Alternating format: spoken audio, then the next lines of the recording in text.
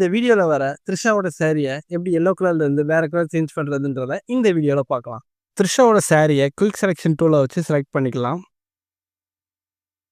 Next control J கொடுத்து லேயரை மட்டும் டூப்ளிகேட் பண்ணிக்கலாம்.